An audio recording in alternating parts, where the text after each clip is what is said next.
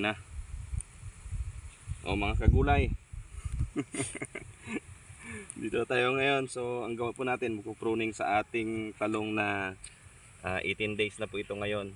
So ang ginagawa po natin, tinatanggalan po natin siya ng mga talbos. Yung mga talbos na tumubo dito, side shoot. Ito to. Ito. Yan.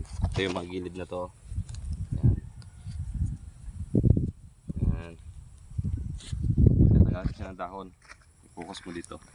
Ito. Sa ilalim. So yan. Itong inalis natin.